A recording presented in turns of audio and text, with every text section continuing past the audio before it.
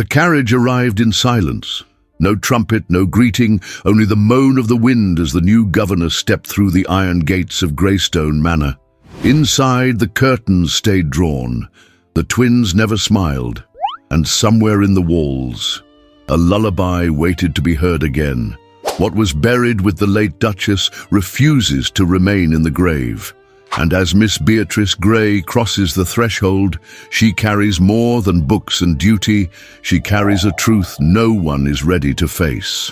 Welcome to a story where grief has a voice, silence has a price, and love dares to bloom in haunted soil.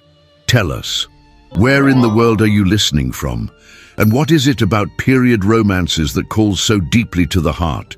Yorkshire, England. The year of our Lord, 1864. The chill of late October had settled over the moors like a breath held too long. Mist clung to the stone walls of the old carriage road, curling around the wheels like ghostly fingers as the modest hack approached the iron gates of Greystone Manor. Inside the carriage sat Miss Beatrice Grey, 35 years of age, her expression composed but not unfeeling. Her gloved hands, folded tightly over her lap, betrayed the weight of memories she did not speak of. She wore a high-collared woolen dress in charcoal grey, with long sleeves that buttoned at her wrists, and a practical shawl of fine wool lay neatly over her shoulders. Her hair, a deep chestnut, had been twisted into a modest braided chignon, the kind that conveyed discretion and restraint. Qualities that had allowed her to navigate the homes of the highborn without ever belonging to them. As the carriage creaked to a halt, a gust of wind carried the scent of dying leaves and something colder still, silence. The gates groaned open without joy. No one greeted her with welcome or warmth. The great house loomed before her like a mausoleum carved in stone. Its once ornate facade was dulled by ivy and the breath of too many winters. Curtains remained drawn on every visible window, as though the very walls refused to meet her gaze.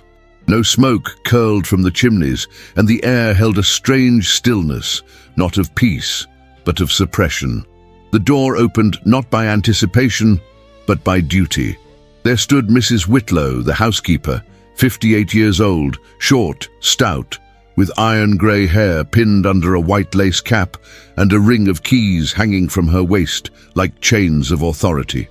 Her black serge dress was spotless, her expression unreadable. "You are expected," she said without inflection, stepping aside without so much as a nod.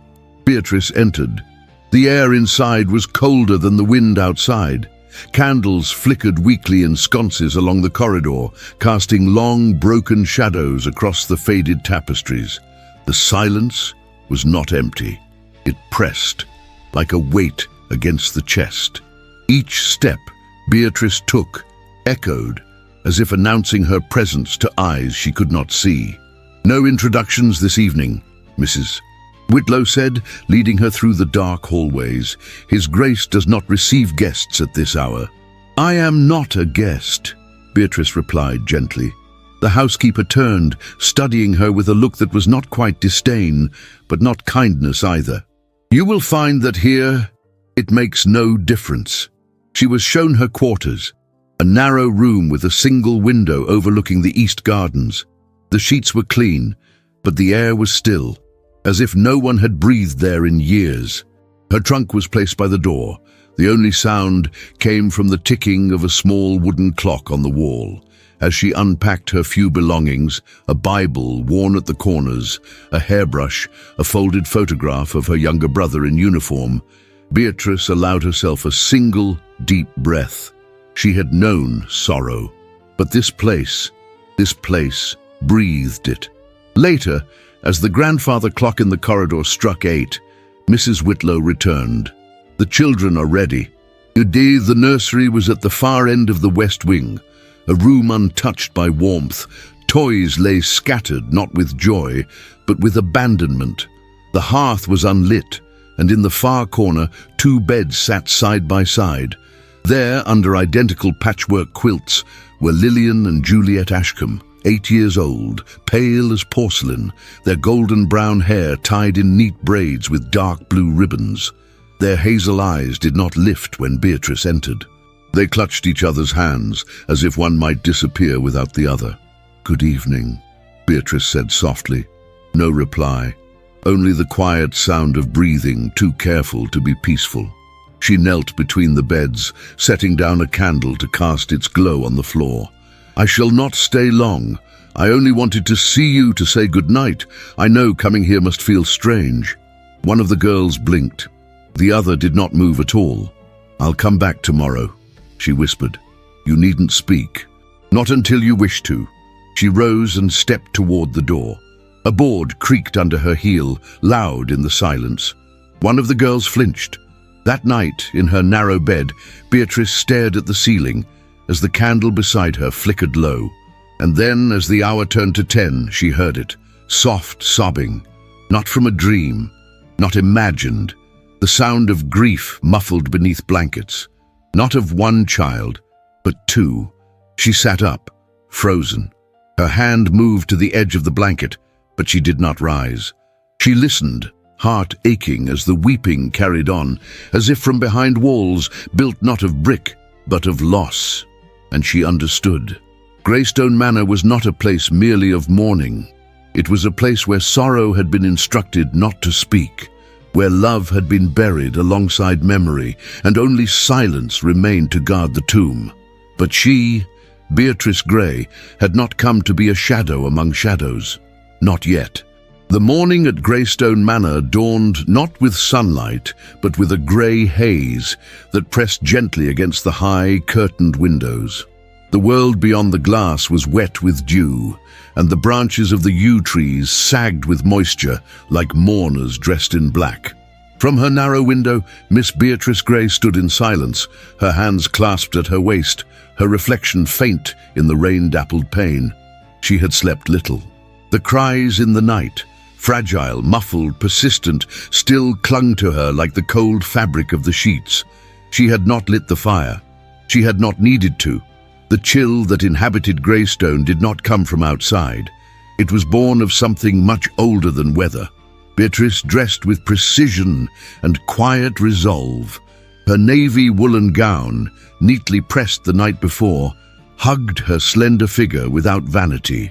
She pinned her hair once more into its braided chignon, set a brooch of modest pearl at her throat, and wrapped her shawl tightly before stepping into the corridor. The hallway was empty. The floorboards groaned as she passed, as if reluctant to disturb what had settled there. In the stillness of the manor, even the light dared not linger too long. The nursery lay at the far end of the west wing, past faded oil portraits and a long mirror that had not reflected joy in years. The door was slightly ajar. She knocked softly. There was no answer. She pushed the door open. The room had once been cheerful. Traces of it remained in the painted vines that curled along the molding, and the pale wallpaper scattered with faded violets. Two small beds stood side by side under the dormer windows, the quilts tucked with care, but already slightly rumpled. The scent of lavender lingered faintly, a desperate trace of comfort. The girls were already dressed. Juliet, seated on the window bench, stared out into the garden, where mist covered the earth like gauze. Her pinafore was perfectly clean, though her fingers twisted it nervously. Lillian sat on a chair by the cold hearth, back straight, hands folded, watching Beatrice with quiet intensity. Beatrice greeted them softly. "Good morning, Miss Lillian." "Good morning, Miss Juliet." Juliet turned slightly, her eyes wide, the corners of her lips twitching in something almost like confusion. She nodded. Lillian did not reply. She simply observed. Beatrice walked to the center of the room and rested a hand on the wooden table between the beds. "I thought we might begin with something simple, perhaps arranging the doll clothes by color, or we can take a walk in the garden later, if the rain lifts." The dolls lay in a small basket, their porcelain faces delicate and untouched. Their arms were bent stiffly, as if caught in a movement they never finished. Beatrice picked one up gently, smoothing the tiny muslin skirt with reverence. Juliet's voice came, quiet as a prayer. Her name is Violet. Beatrice turned slowly. She's very beautiful. Juliet lowered her gaze. She doesn't like the window. Lillian's eyes narrowed. Why is that? Beatrice asked, setting Violet gently on the table. She's scared of the snow, Juliet whispered.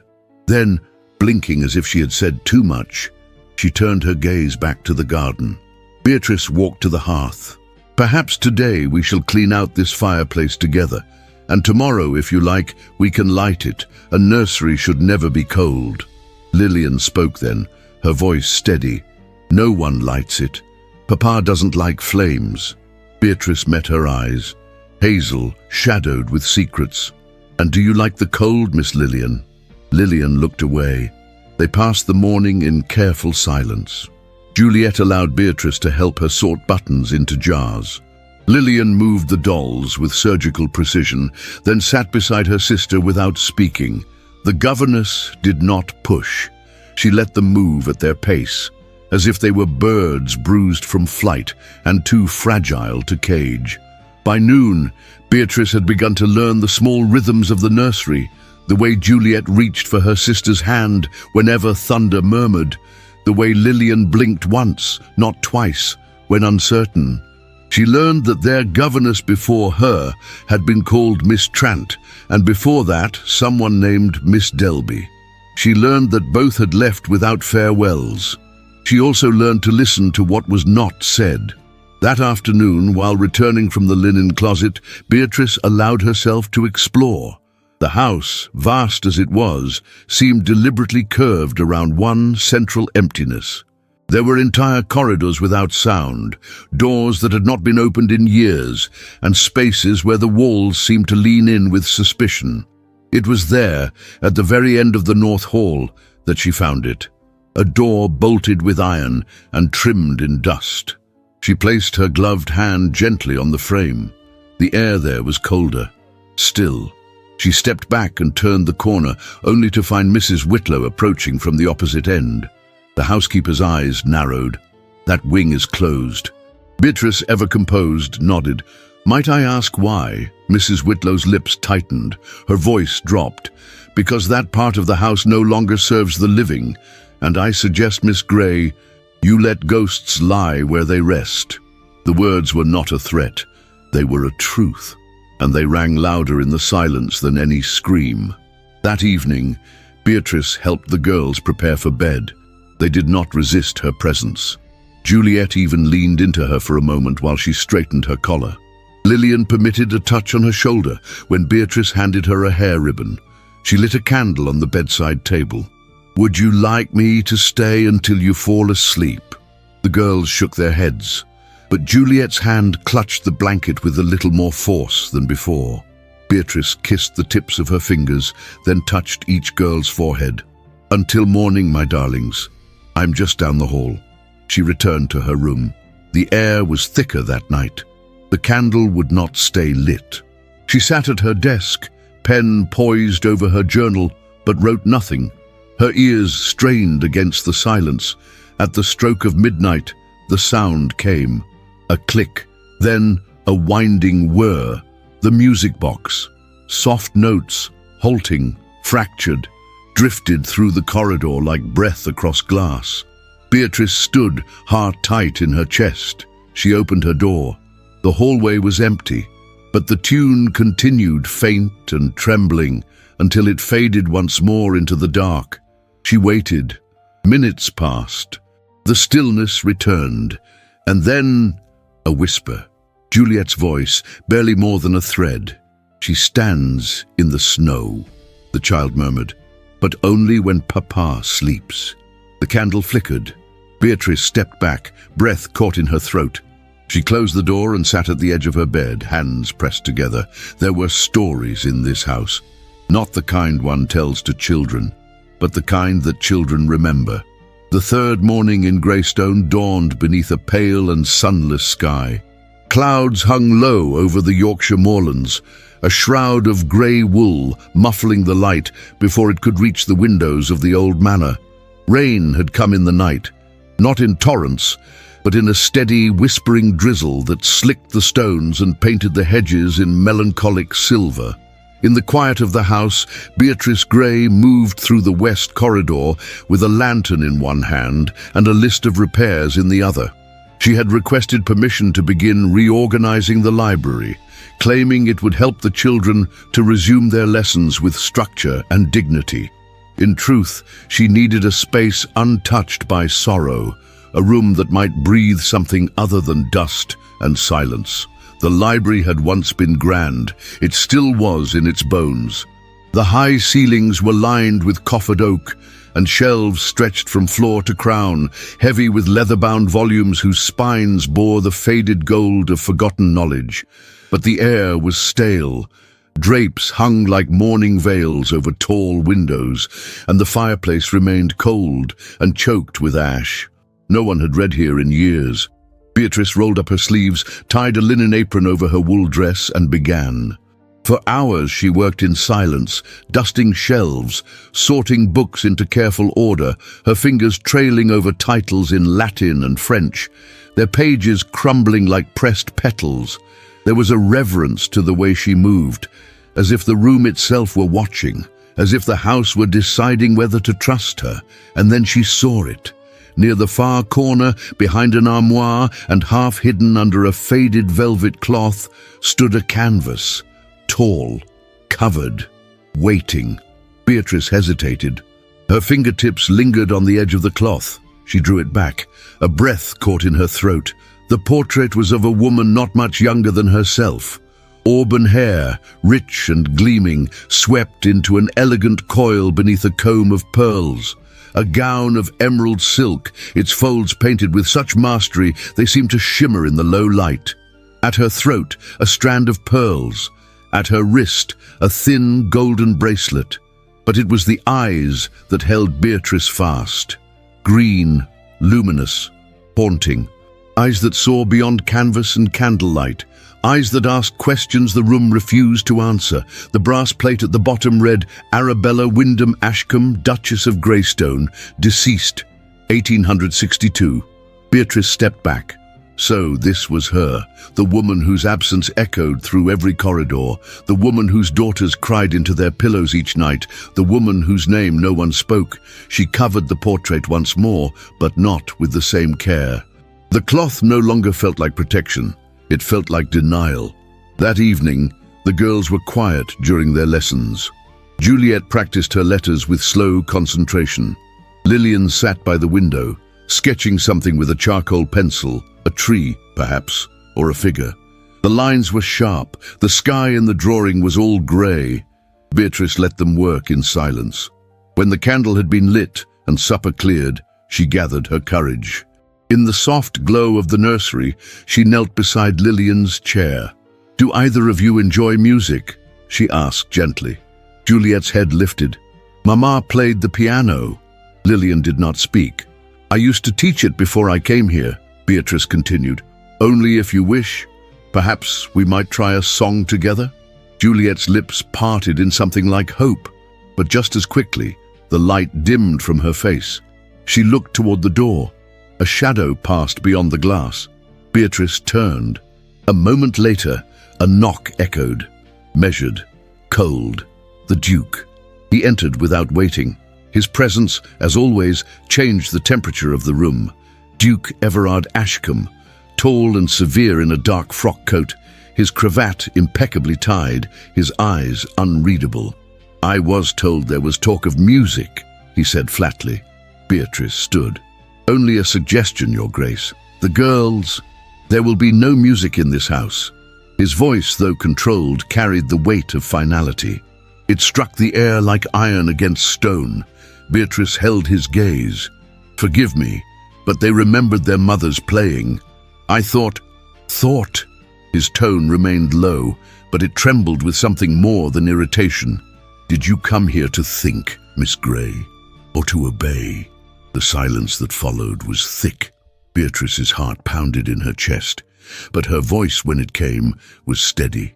"I came here to care for your daughters, Your Grace, and care cannot thrive in silence." He stepped forward, his eyes darkening. "Music is poison in this house. You would do well to remember that." Then, without another word, he turned and left. the door clicking shut behind him. Juliet blinked back tears. Lillian's drawing lay forgotten, her hands clenched. Beatrice knelt again, touching Juliet's small hand with gentleness. "It's all right, my dear. We shall find another way." Later that night, while writing in her journal by lamplight, Beatrice heard a soft knock at her door. It was Mrs. Whitlow. The housekeeper entered with the careful steps of a woman who bore more than trays and towels. In her hands, she carried a folded shawl. "You left this in the library," she said. Beatrice took it. "Thank you." Mrs. Whitlow turned to go, then paused. "I saw the portrait," Beatrice said softly. The older woman sighed. He had it removed the day after the funeral. Refused to have her likeness hanging in his house. Said it made the walls feel haunted. Beatrice folded the shawl slowly. She was very beautiful. Mrs. Whitlow nodded. Too much so for her own good, and too gentle for a place like this. She looked at Beatrice, her gaze sharp. "You remind him of her, but stronger." A silence passed between them, heavy, unspoken. Then Mrs. Whitlow added, almost to herself, "But even strength has its cost in this house." She left without another word. Beatrice sat in the glow of the lamp, staring at the flame. She was beginning to understand. Arabella Ashcombe's shadow did not linger in mourning. It lingered in the places where guilt had not been confessed. The fire in the nursery hearth had not been lit in years, but that afternoon a quiet warmth had begun to settle in the corners of the room, not from flames, but from something far more fragile. It came with the scent of chamomile on freshly laundered linen, the gentle brushing of hair before bed, and the soft hum of breath shared between two sisters as they leaned into one another beneath their quilts. The silence, once heavy and haunted, had begun to shift, not vanish, but bend, as if it too were listening. It was in this stillness that Miss Beatrice Gray, governess of Greystone Manor, discovered the fragment of a lullaby. She had been searching the tall armoire near the nursery window, sorting books into order for the girls' reading. Most of the volumes were neglected, worn spines, pages yellowed by time and disinterest. Fairy tales, some in French, some in worn English editions, each with the dust of a childhood interrupted. One book slipped from her hands as she reached upward. It fell open at her feet, its brittle binding cracked, its pages fanned across the floor like withered petals. Among them, folded neatly between the faded parchment, was a piece of stationery, not parchment but ivory paper, with edges delicately pressed, and a single tear down one corner as though time had meant to devour it, but changed its mind at the last moment. Beatrice lifted it carefully. The handwriting was feminine, sweeping, almost musical in itself. Ink faded but legible. The top of the page bore no title, only a name tucked delicately into the corner: Arabella. Below, the first few lines of a song, a lullaby. The melody was not written, only the words, but as Beatrice read them, she could almost hear the tune form in her mind, something simple, slow, and filled with ache. She glanced over her shoulder, but the room was still. The girls sat in silence at their table, painting small figures with brush and ink. Without fully realizing it, Beatrice began to hum, softly, tentatively, as one might speak to the past without expecting it to answer. The effect was immediate. Juliet froze. Her brush hovered above the paper. Lillian turned her head, not quickly, but with a look that pierced through the air between them. Beatrice faltered, but the girls said nothing. She continued, humming the lines now, letting the melody carry the words as they had once been meant to. "Sleep now, darling. Hush your cries, mothers near with starlit eyes." The melody trembled at first, then settled in her throat like a memory she had never lived. Her voice was low, barely louder than the ticking of the clock, but it filled the nursery with something the house had not heard in years. Juliet's lips quivered. Tears began to stream silently down her cheeks. Lillian clenched her hands into fists, her body tense, her eyes red-rimmed and unblinking. Beatrice stopped at once. "I'm sorry," she whispered, stepping toward them. But Juliet shook her head. "Don't stop." Lillian whispered too, for the first time. "Sing it again." Beatrice's heart ached. She sat between them, and with her voice steadier now, she sang the lines once more. She did not ask why the song moved them. She did not press for the memory it stirred. She only sang, allowing the music to become a bridge between the living and the lost. When the final note faded, silence returned, not the heavy silence of before, but a reverent one, fragile and still. That night, long after the girls had fallen into uneasy sleep, Beatrice sat at her writing desk in the small chamber that had become her sanctuary. Her candle burned low. Her journal lay open but blank. Her fingers ran over the edges of the lullaby's fragment. Who had Arabella written this for? Her daughters? Herself? A soft knock. No, not a knock. The faint shift of air. Beatrice turned. He was there, the Duke, standing in the doorway, his figure cast in shadow, his face unreadable.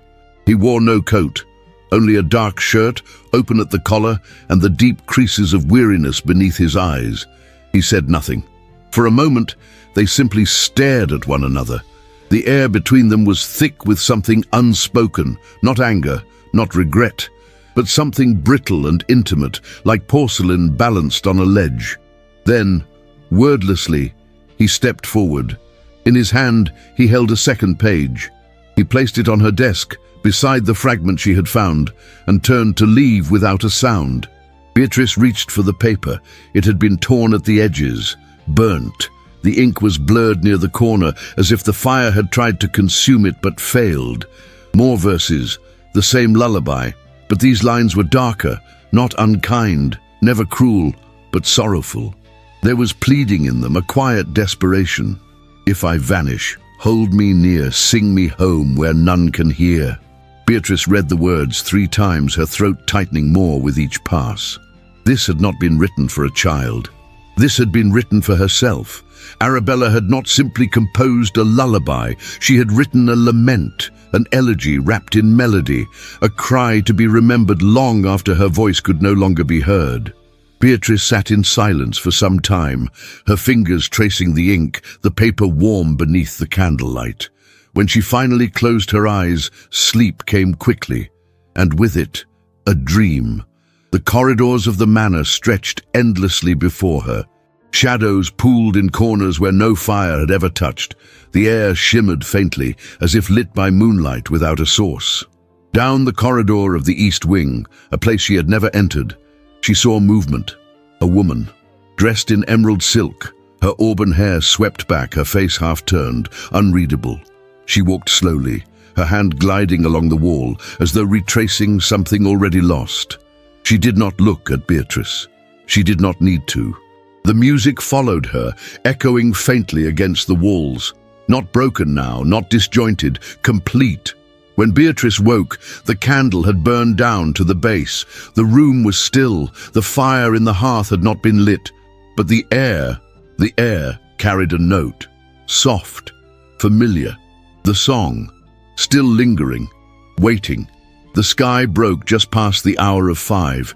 It began with a whisper across the fields, a sudden stillness that made the trees shiver as if bracing themselves for what was to come. Then, like a held breath exhaled all at once, the wind rushed in, angry, wild, determined. Within moments the heavens darkened, and a storm descended upon Greystone Manor with the force of memory long repressed. The rain struck the tall windows like fists. Thunder cracked overhead, echoing through the stone halls, and the air turned thick with tension, as if the house itself had been holding something back, and now, like the sky, could no longer bear the silence. Miss Beatrice Gray, seated in the nursery, closed the storybook she had been reading aloud to Juliet. The candlelight flickered beside her, casting restless shadows on the wallpaper of violets. "You needn't be frightened," she said softly, though her own hands were tense. "I'm not," Juliet replied, her voice steady but small. "Mama liked storms." Lillian glanced toward the window, then at her sister, then at Beatrice. "Mama used to say thunder was just the angels rearranging their chairs." Beatrice smiled at the thought. That sounds like something a mother would say to brave little girls. Juliet's gaze drifted. She only said it when Papa wasn't listening. A bolt of lightning sliced through the sky, illuminating the room in a brief flash of pale blue. The glass panes rattled in their frames. Somewhere down the corridor, a door slammed open, then shut with a gust. The storm had entered the house. Once the girls were tucked in, safe under their quilts and soothed by a second lullaby, Beatrice retreated quietly into the hall. The candle she held trembled in its brass holder, the flame bowing and dancing with every draught. The wind moaned down the corridor like a widow mourning her beloved. The hour was late, but sleep would not come. Something unsettled pulled her not toward her chamber, but elsewhere. She moved through the corridors, as if following a scent, a sound, a shadow. Past the grand staircase, past the long corridor lined with portraits whose eyes seemed to flicker in the lightning, and finally toward the study, a room she had only seen from the threshold. The door stood ajar. A trail of light flickered across the floor. She entered. The fire in the hearth was still alive, though barely. The logs had crumbled into glowing embers, casting long, low light across the vast shelves and heavy furniture. The room smelled of leather, smoke, and something deeper, like the pages of old letters never read aloud. And there, near the hearth, half slumped against the arm of a high-backed chair, was the Duke, Everard Ashcombe, stripped of all the layers that made him untouchable. His velvet smoking jacket clung to him like damp sorrow. One hand hung limp, his brow was damp, and his eyes, usually guarded, always distant, were shut. Beatrice crossed the room in an instant. "My lord!"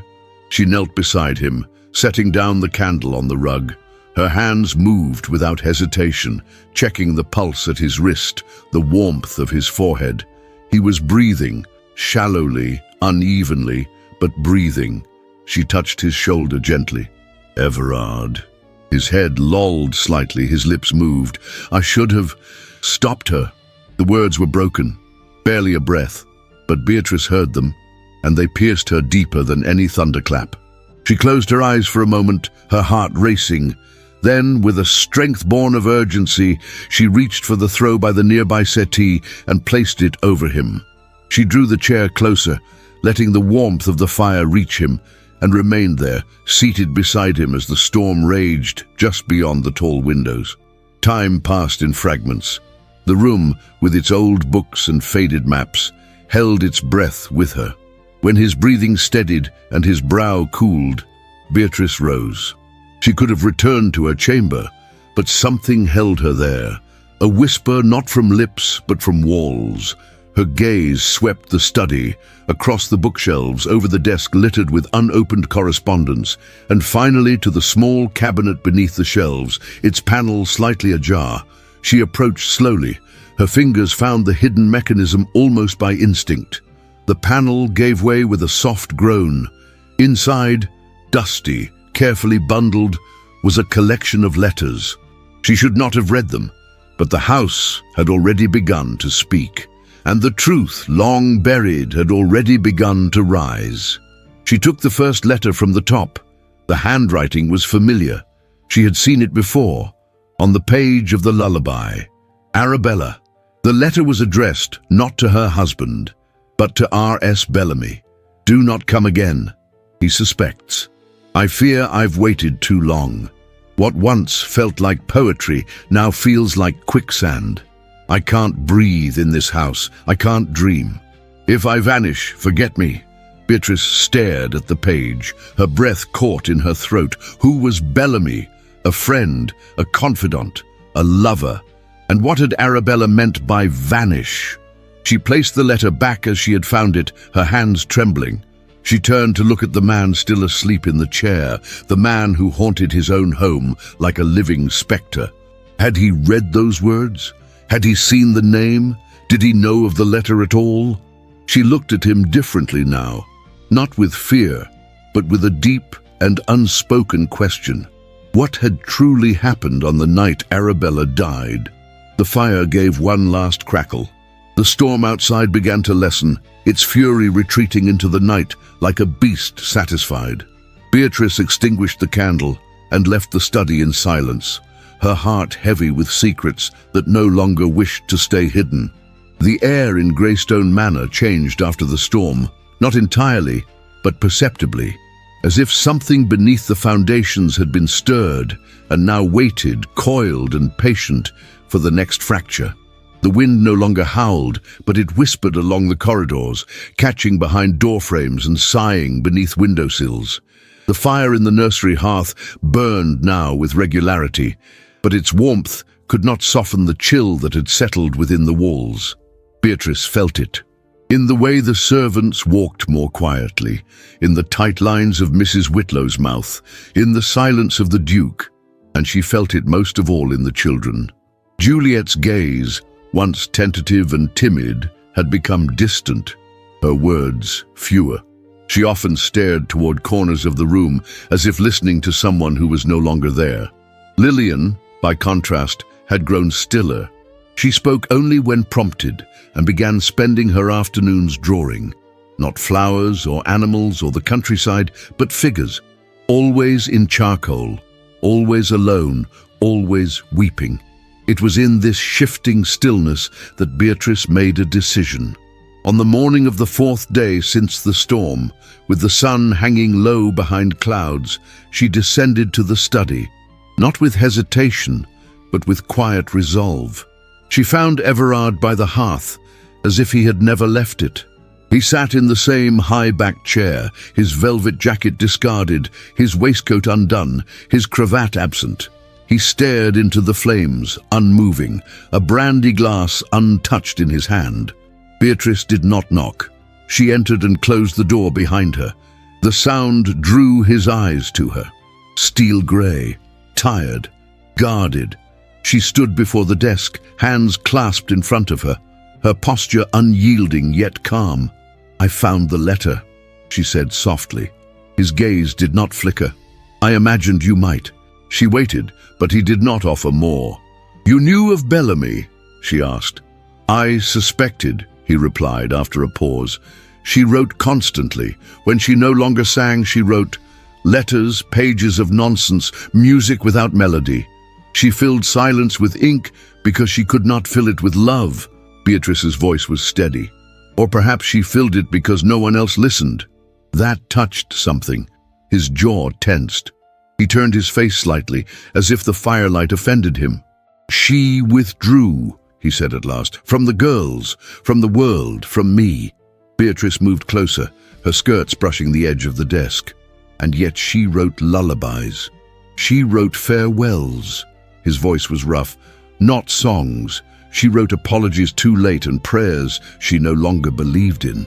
Beatrice reached into her pocket and removed the page, the lullaby in Arabella's own hand, folded and worn at the edges. She laid it on the desk between them. "She wrote this for someone," she said. "It matters." He stared at it. "I burned the rest." "Why?" His eyes lifted to hers. "Because I couldn't bear the sound of her again." His voice cracked, not loudly, not weeping, but with the quiet devastation of a man who had not allowed himself to feel until the grief had settled in his bones. "I found her in the music room," he said slowly. "The day before she died. She was playing. I hadn't heard the piano in months. She turned when I entered and smiled at me, and for a moment I thought she had come back to me." He looked away. "But it wasn't my name," she whispered when she thought I was gone. Silence. Beatrice's breath caught in her throat, but she refused to look away. "She was with child, wasn't she?" His gaze snapped back to hers. There was a long, agonizing pause. "Yes." Beatrice's voice was barely a whisper. "And it wasn't yours." The admission hung between them like smoke. He stood abruptly, turning toward the fire. His back was broad, his posture stiff with restraint. "I don't know," he said, his voice low. "She never told me. She never had the chance. Or perhaps she chose not to." Beatrice approached him slowly. "And did you ask?" He turned then sharply. "Would it have changed anything?" "Yes," she answered, her voice trembling but firm. "For the girls, for you, for her memory. They stared at each other, two souls divided by silence, by loss, by the unbearable weight of what had been unsaid for far too long. He spoke again, softer this time. I never struck her. I never shouted, but I let her drown alone. I saw the light dim in her and I turned away. Beatrice reached for the letter on the desk and pressed it into his hands. She wrote to someone else, she said, but the song she left behind, that was for them, and maybe for you too. He held the page, unmoving. Outside, the wind rose slightly. The fire crackled. Later that evening, the unease returned. Juliet had fallen asleep early, her breathing light, but restless. Lillian sat at the small desk near the window, sketching. Beatrice watched from her armchair, a book open but unread in her lap. The room was quiet, and then Juliet began to stir. Her head turned on the pillow, her lips moved. No, wait. Beatrice stood. Juliet. But the girl did not respond. She sat up, eyes wide open but unseeing. She rose from bed, her bare feet silent against the wooden floor. Juliet! Beatrice moved toward her, but Lillian lifted a hand to stop her. She's dreaming, the elder twin said softly. She's talking to her. To who? Lillian's eyes shimmered. Mama. Beatrice's chest tightened. Juliet walked to the window. The moonlight bathed her in silver, her hand lifted as if reaching for something just beyond the glass. She says she's cold, Juliet whispered. She says Papa doesn't remember how she used to sing. Tears welled in Beatrice's eyes. Juliet turned then, slowly, and walked back to bed without another word. She lay down and closed her eyes, as though nothing had happened. Lillian remained at the desk. Her hand moved quickly now, the charcoal streaking across the paper with a sense of urgency. When she was done, she held the drawing out to Beatrice. It showed a staircase, and at the top, a woman, draped in green, one hand at her chest, tears on her face. Beatrice took the paper gently, her fingers trembling. She's still here, Lillian said softly, but no one wants to see her. Beatrice looked down at the charcoal lines, and she believed. The wind had turned again. For days it had blown low and steady across the moors, but on the night that Miss Beatrice Gray chose to open the east wing, it whispered with an unfamiliar edge. Not cold, but expectant, like the breath of someone waiting to be heard. The household had long since settled into silence. Candles had been extinguished, doors latched. The girls slept in their beds, wrapped in quilts and dreams, and the Duke, as ever, had retreated into the shadowed solitude of his study. Only the house remained awake, walls breathing, floors creaking, windows humming under the weight of secrets too long buried. Beatrice stood in the corridor outside the sealed door. A single candle lit her face, its glow flickering against the lace at her throat. In her hand, the key, worn, brass, heavier than it looked. Mrs. Whitlow had not given it freely. There had been a long pause, a stare, a warning that hung not in her voice, but in her silence. I never said you should go, the housekeeper had whispered. But if you do, don't expect to come out with your heart the same. Now, before the door, Beatrice placed the key into the lock. The mechanism groaned, reluctant. A low click. The door surrendered. The air that met her face was dry and still, the kind that clings to places untouched for too long. She stepped inside. The corridor was narrower than the others in the manor, as though built not for grandeur but for privacy. Dust blanketed the floor in a soft grey sheet, untouched by even a servant's footfall. Along the walls hung portraits, unfinished, unsigned, some obscured by drapes too heavy to be moved by time alone. At the far end, a single door remained slightly ajar. She pushed it open. The room had once been beautiful. It was a music room, that much was clear. Against the far wall stood a piano, its mahogany surface dulled by neglect, its ivory keys faded with age. Sheet music was scattered atop its lid and on the floor, blank pages yellowed and curling.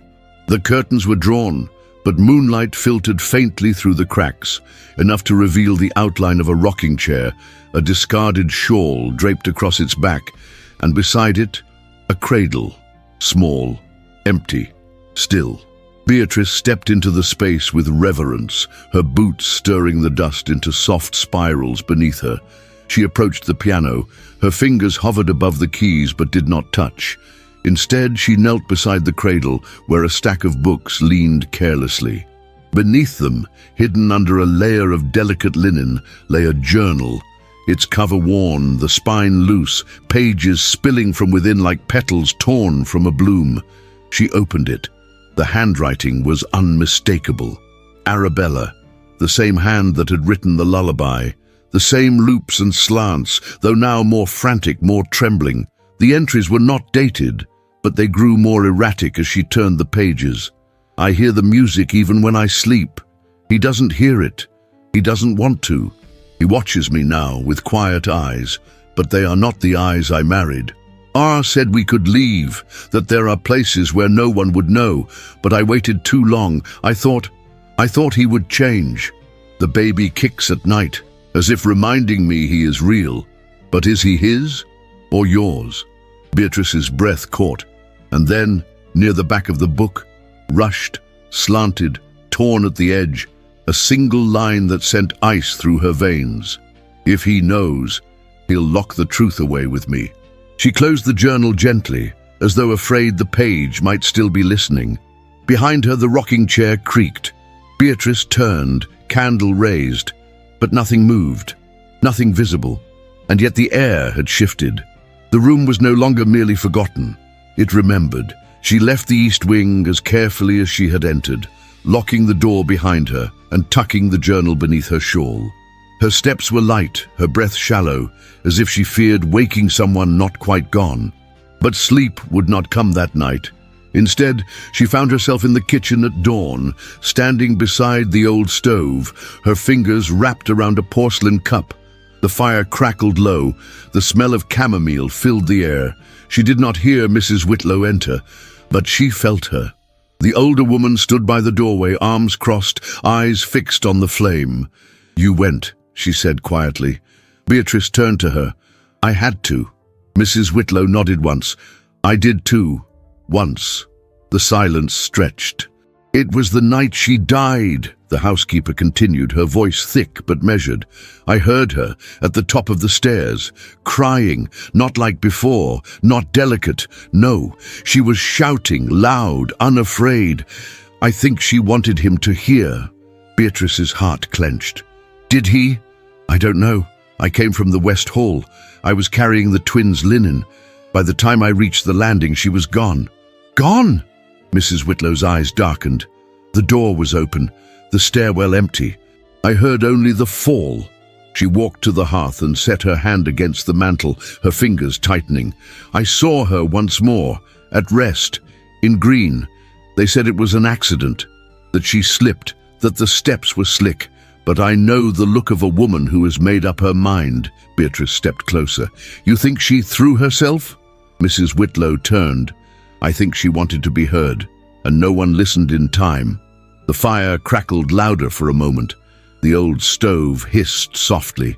"She was not a saint," the housekeeper added, "but she was not mad either. She was a woman, lonely, afraid, and tired of being lovely and silent." Beatrice felt the words settle into her like stones. She thought of the drawings, the lullaby, the cradle that had never held a child, of Arabella's shadow on the stairs, and of the girls, still asleep, still dreaming. Outside, the sun broke through the clouds for the first time in days, casting long golden light through the frost-streaked windows. It touched the edge of the journal on the table, and for a moment the room felt warmer, but not healed. Not yet. Some truths, Beatrice now understood, did not stay buried. Not even in silence. Midnight came with no warning. The hands of the clock in the nursery stilled, as if even time itself dared not move through the hour. The candles, which had burned low, flickered and died one by one, leaving only the whisper of moonlight pressed against the leaded glass. In that silver glow, The nursery appeared not empty, but abandoned, like a story half told and set aside. The beds were unmade, the quilts tossed aside, no warm bodies beneath them.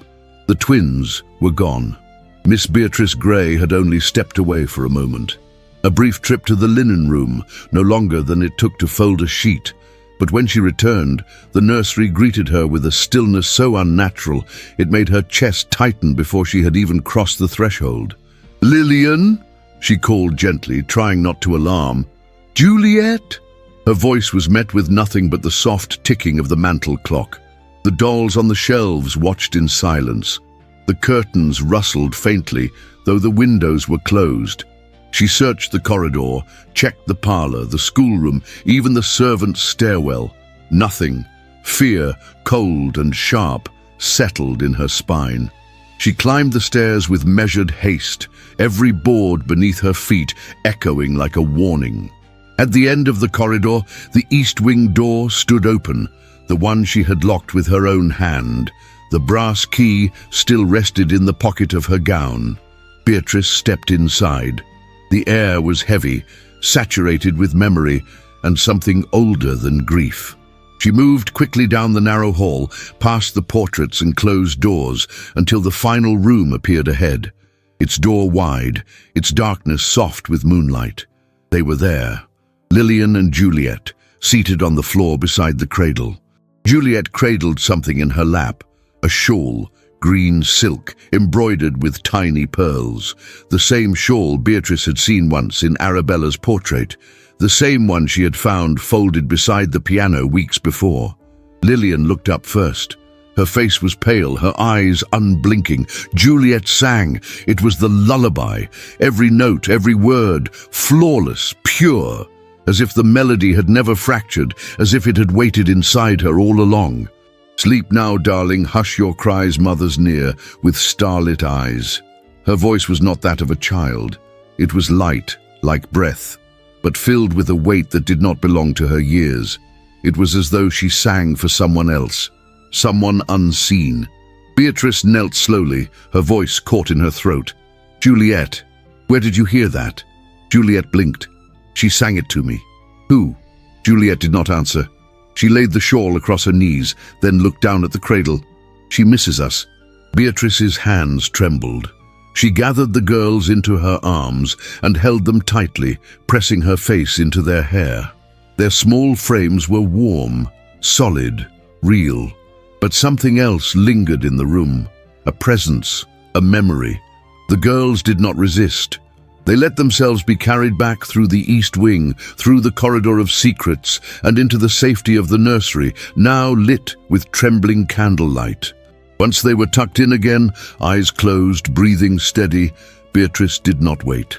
She went straight to the study, her skirts rustling like wind through dry leaves, her heart pounding, not with fear, but with fury.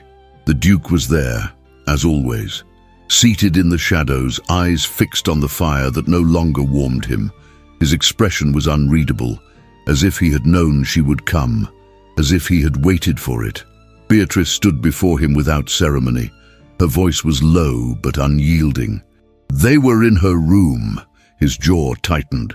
They wrapped themselves in her shawl, she continued, and Juliet sang her song, word for word. He did not speak. She stepped closer. They are remembering things they never lived. They are dreaming her, hearing her.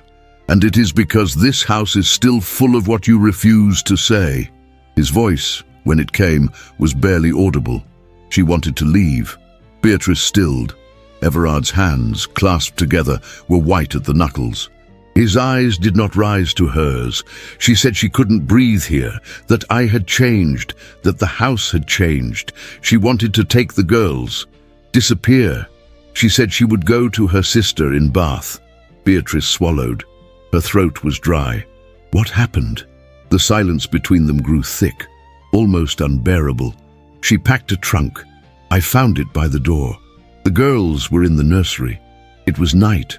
The storm was coming. I asked her why she hadn't told me, why she hadn't fought harder to stay. He paused. She said she had, that I hadn't listened. Beatrice's chest ached. We argued. I blocked the door. She screamed at me, truly screamed for the first time. She said I had made her a ghost. He rose slowly as though the act cost him strength he no longer possessed. She turned, walked toward the stairs. Her hand was on the rail. I don't know if she slipped or if she chose. But I reached for her. His voice cracked.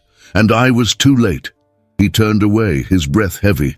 I didn't push her, but I didn't stop her. Beatrice's eyes filled with tears. He looked at her now, truly looked.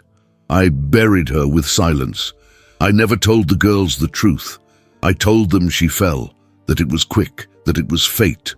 He crossed to the fireplace, one hand pressed against the mantel. But I know it wasn't fate. It was me, my pride, my silence. Beatrice's voice trembled. And what did you expect that silence to do? He turned. It was my punishment. She stepped forward then, close enough that he could see the fury behind her grief. Punishment? You think silence redeems a man? That by locking the truth away with her you could honor her? You honored no one, least of all those children. His eyes shone, but not with tears, with shame. Beatrice's hands were clenched at her sides. I came here to serve, to teach. And instead, I found ghosts you refuse to name, children raised on grief they don't understand, and a man so imprisoned by his own guilt, he let innocence suffer in silence. He said nothing. She turned. I will leave in the morning. His voice came then, quiet but shaking. Beatrice. She did not stop. You may live with what you've lost, Your Grace, but I will not stay and watch what remains be ruined by the weight of what you refuse to carry. And with that, she left him, alone in the firelight, with nothing but echoes. The morning came veiled in silver. A fine mist clung to the windows of Greystone Manor, softening the edges of every shape beyond the glass. Trees stood blurred in the distance, like memories half remembered. The sky was pale, breathless, suspended between rain and light. Inside the nursery, the hearth crackled gently, its embers still warm from the night before. Yet there was something in the air that Beatrice could not name, a hush that was not silence but anticipation. She had slept, though lightly, with her shawl still around her shoulders and her boots beside the bed, as if some part of her had expected the night to summon her once more, but it had not been the night that came. It was Juliet. Just as the hour struck 9, the little girl had padded softly into her room, her feet bare, her braid undone, and in her hands, a single envelope. Her voice was no louder than the rustle of paper. She told me to give this to you. Beatrice blinked. Who did? Juliet did not answer. Her eyes were far away. She placed the envelope on the edge of the writing desk and turned to go, the hem of her nightdress brushing the stone floor as she disappeared into the corridor like a wisp of thought. Beatrice stared at the letter for a long moment before reaching for it. The paper was old, the edges soft and creased. The wax seal had never been pressed. Her fingers traced the familiar handwriting, Arabella Ashcombe, and beneath it, Everard. Her heart faltered. She did not open it at once. Instead, she rose slowly, wrapped herself in her shawl, and descended the grand staircase. Each step echoed with a weight she could not lighten. She crossed the drawing room, then the corridor, until she reached the one room where truth could not be denied. The study. The door was already open. Inside, the fire had been lit. Flames danced low in the hearth, casting golden light across the dark carpet and the wood-paneled walls. The Duke stood with his back to her, a glass in hand, untouched. He did not turn when she entered. He did not need to. Her presence was a sound he had already come to know. Beatrice stepped inside. I have something that belongs to you, she said. He turned slowly, his gaze falling to her hands. When he saw the letter, his breath caught, but he did not move to take it. Where did you find it? I didn't. Juliet did. His brow furrowed. That's impossible. That letter was never... He fell silent. His eyes shifted to the fire. Beatrice walked to the armchair by the hearth and sat, her posture straight, her hands trembling only slightly. I would like to read it aloud, she said. Not for me, for them. Everard hesitated, then nodded once. He crossed the room and stood behind her, facing the fire. Beatrice broke the seal. Her voice, when she began, was soft, steady, but each word carried the weight of all that had been left unsaid. Everard, I am frightened, not of you, but of myself. I dream of disappearing, of fading into the curtains like dust, and no one noticing I had gone. I love you still, but I fear what I've become. I am a ghost in the mirror, and no reflection shows me whole. Beatrice paused. The room was still. The only sound was the soft pop of the fire. She continued, I wanted to leave, and I didn't. I wanted to stay, and I couldn't. I should have told you about the child, about the music, about how the silence was killing me faster than any illness. But I was afraid. Not of blame, but of being believed. I waited too long. If I vanish, tell the girls I sang to them. Until the end. Beatrice folded the letter quietly and placed it on the side table. She did not speak. She could not. Behind her there was a breath, a ragged breaking sound. She turned. Everard stood motionless, his face pale, his eyes filled with something that no man, not even a duke, could suppress. Tears slid silently down his cheeks. A sound came from the doorway. Beatrice turned to see Juliet and Lillian, standing side by side in the threshold, holding hands, their nightclothes untouched by the fire's warmth. They had heard, or perhaps they had always known. Beatrice opened her arms. The girls ran to her, burying their faces in her lap, their small shoulders trembling with grief, too large for their years. Beatrice cradled them both, rocking them gently, as though the very motion might lull their pain to rest. Everard stepped forward. He knelt beside them, one hand trembling as it reached for his daughter's. I'm sorry, he whispered, voice broken. I should have told you. Juliet looked up, her eyes glistening. We already knew. Beatrice did not speak. Her hands brushed back Juliet's hair, then Lillian's, as if sealing them back into the safety of the living. Everard looked to Beatrice then, not with command, not with pride, but with something raw and terribly human. I can't make peace with what I've done, he said, but if you stay, I will never turn away again, not from them, not from you. The room held its breath. Beatrice's heart pounded beneath her bodice. She met his gaze, steady, fierce. I will not stay in a house that hides its dead, she said. If I stay, the portrait will hang, the music will be played, and her name will be spoken. He nodded. Then stay, he said, and teach us how. She rose slowly, lifting the girls with her, her hands strong, even as her voice shook. Then I will stay. The fire burned brighter, and behind them, the veil that had covered Arabella's portrait in the corridor above had begun to loosen, not by wind, but by something far more powerful. Forgiveness. The first true day of spring arrived not with a roar, but with a sigh, soft and golden. A gentle sun poured through the windows of Greystone Manor, coaxing warmth from the cold stone, spilling across floors long accustomed to shadow. The house, once dormant, seemed now to breathe anew. Curtains that had for years remained drawn against the world were flung wide, windows opened to let in birdsong, and the scent of wisteria curled into every corridor like a whispered promise. The ghosts had not left, they had simply been named, and in being named they had been folded into memory, not as wounds, but as threads in the tapestry of a house learning to live again. Beatrice stood at the threshold of the old schoolroom, her schoolroom now, bathed in the pale morning light that shimmered through tall panes of glass. The room had been unused for more than a decade, its desks long covered in dust and cobweb. But in recent weeks she had aired it, scrubbed it, reclaimed it. Now the smell of ink and chalk lingered in the air. Clean slates lined the tables, a stack of hand-bound primers sat neatly by the windowsill. Flowers picked by Juliet and Lillian filled a ceramic pitcher near the blackboard. It was a simple space, but it was hers. Outside, the sound of hooves announced the arrival of the village children, 4 in all, wide-eyed and shy in their Sunday best. They dismounted nervously, led by a cheerful girl with sun-streaked hair and muddy boots. Beatrice opened the door herself, welcoming them not as strangers, but as seeds carried on the wind to fertile ground. Juliet ran to her with a ribbon in her hand and placed it over her wrist. "It's the color of the daffodils," she said. Beatrice smiled and tied it there, yellow against grey.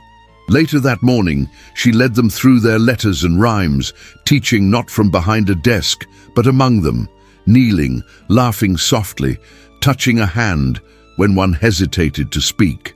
She taught them the same way she had learned to heal, by presence, by patience, by giving fear no place to root. From the hallway, Everard watched in silence. He leaned against the doorframe, arms crossed over a tailored morning coat, his eyes not haunted but reflective. His smile was slight but true. He did not interrupt. He did not need to. When the children left near noon, their cheeks flushed and arms full of folded drawings, Beatrice stepped outside into the garden. There, he waited. He offered his arm, and she took it without a word, their steps in rhythm as they wandered the garden paths. The crocuses had bloomed first, but now tulips rose in bursts of red and white, and soon the roses would come again. The orchard whispered with bees, and the earth, damp with spring's thaw, smelled rich and living. "Your classroom suits you," Everard said at last. Beatrice looked ahead, then down at the ribbon on her wrist. "So does this house," she said softly. They walked past the rose arch, past the marble sundial that had long been stopped, toward the east facade of the manor. There, above the conservatory, the tall corridor window now revealed what once had been veiled, Arabella's portrait. It hung once more in the grand corridor, fully lit. No curtain concealed her likeness, no dust dulled the shimmer of her emerald silk. The sunlight fell across her painted face, serene, radiant, unknowable. It had been Lillian who had asked for it. "If we can see her," she'd whispered to her father, "maybe she won't be so sad." And so the portrait had returned, not as a relic, but as a reminder. That evening Beatrice sat in the music room, her fingers drifting over the ivory keys of the grand piano, now tuned and polished, its wood gleaming in the candlelight. The room had not been used since Arabella's death. It had been closed, forbidden, its silence a sentence. Now, it was alive. Juliet sat beside her, humming quietly, and Lillian lay on the rug near the hearth, her eyes fluttering with sleep. The melody, Arabella's lullaby, rose like a wisp of warmth through the house. No longer broken, no longer mournful, completed. Beatrice had written the final notes herself. A bridge, a resolve, a farewell. Behind her, Everard entered the room. He did not speak, only listened. When the final note faded, he stepped forward and placed a hand gently on her shoulder. "Thank you," he murmured. Beatrice turned slightly to meet his gaze. "No," she said, "thank you for letting her be heard." In the days that followed, the manor changed not with noise but with light. The servants walked with lifted heads. The twins laughed aloud. Mrs. Whitlow planted lavender again at the base of the west staircase. The broken clock in the library was repaired, and someone, no one ever said who, placed a fresh rose in the east wing each week. In the nursery, Beatrice no longer found drawings of staircases or crying women, only flowers, sunrises, a woman at a piano smiling. One morning, Juliet brought her a folded piece of paper.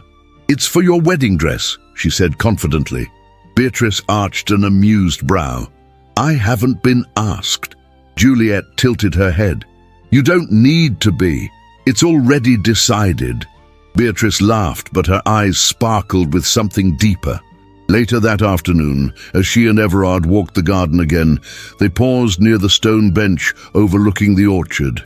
He took her hand, openly, reverently, and kissed her knuckles, not as a man claiming, but as a man receiving.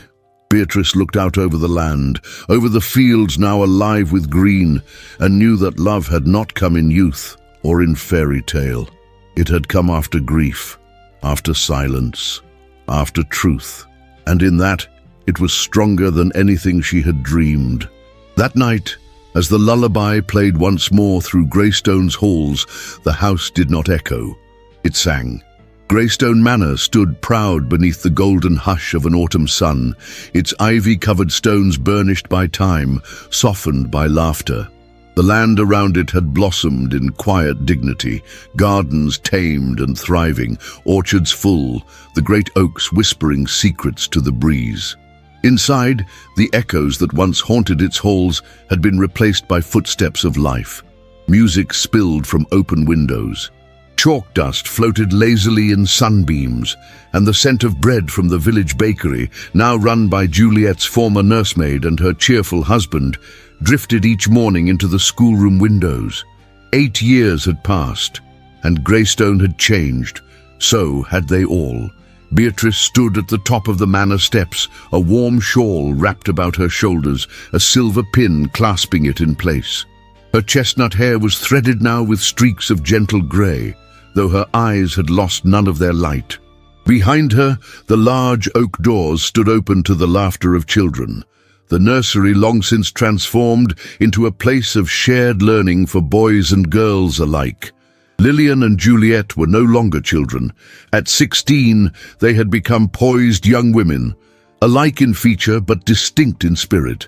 Lillian quiet and observant, Juliet curious and unafraid. They wrote essays in French. They argued about astronomy. They danced barefoot under the stars when no one was watching. And they still asked for the lullaby sometimes, when the rain fell soft against the windows or when memory brushed close. The grand piano had never fallen silent again. Everard Ashcombe, once a ghost of a man, was now a father in the fullest sense. His hair had greyed at the temples, but his shoulders had lost their weight. He spoke more, smiled more, and he had learned to listen without defense. The village, once wary of the reclusive Duke, had come to respect him, especially after he funded a new infirmary and appointed a local woman, a former maid's daughter, as its lead healer.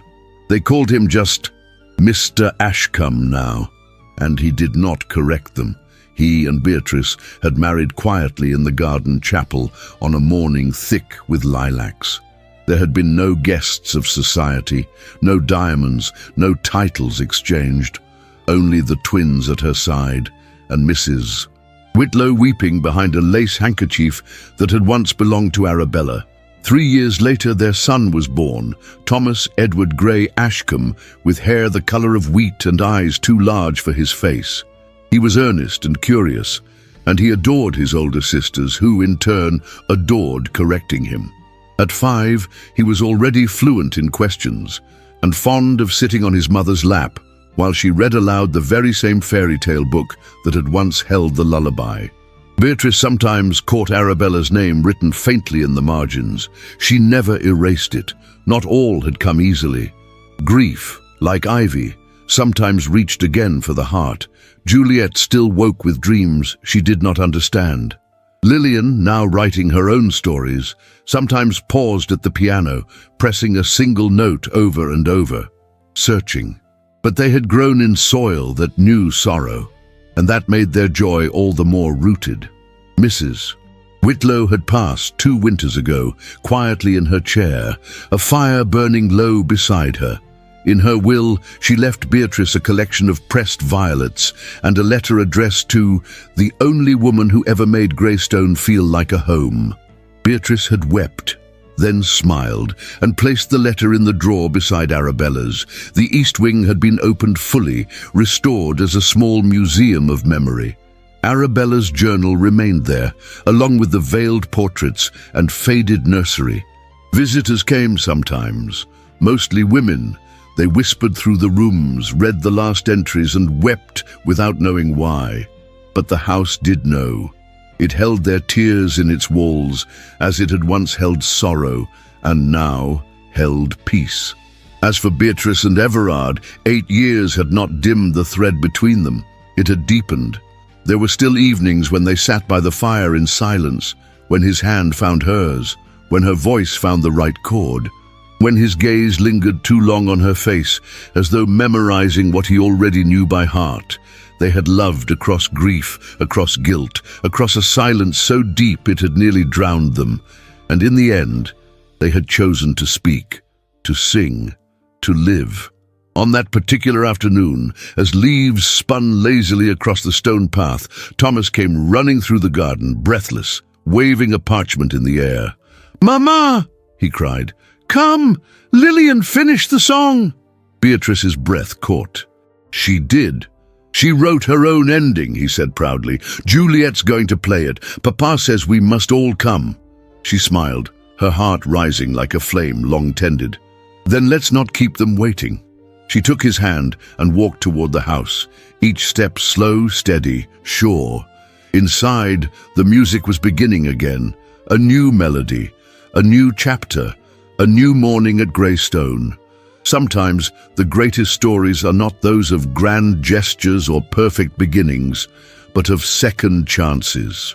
Greystone Manor taught us that silence can be a prison, but also a bridge, that healing takes time, that love is not always loud or easy, but often found in the gentle unfolding of trust, the quiet defiance of a woman who dares to stay, and the courage of a man who chooses to speak after years of silence.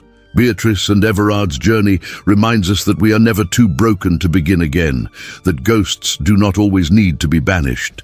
Sometimes they only ask to be remembered. And that even the coldest of houses can bloom again with music, memory, and love. If this story moved you, if it lingered in your heart like a lullaby at dusk, tell us in the comments. Let us know what Greystone meant to you. And if you made it all the way to the end, write the word lullaby in the comments.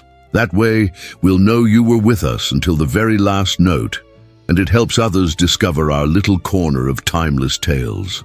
If you wish to support the team who brings these stories to life, consider sending us super thanks here on YouTube with whatever amount feels right to you. Every gesture helps us continue creating the emotional, elegant, and unforgettable stories you love. And if that's not possible right now, we understand completely. Sharing this video with a friend or loved one is also a beautiful way to support our work. Be sure to check the cards and description. We've left other historical love stories there that may capture your heart just as this one did.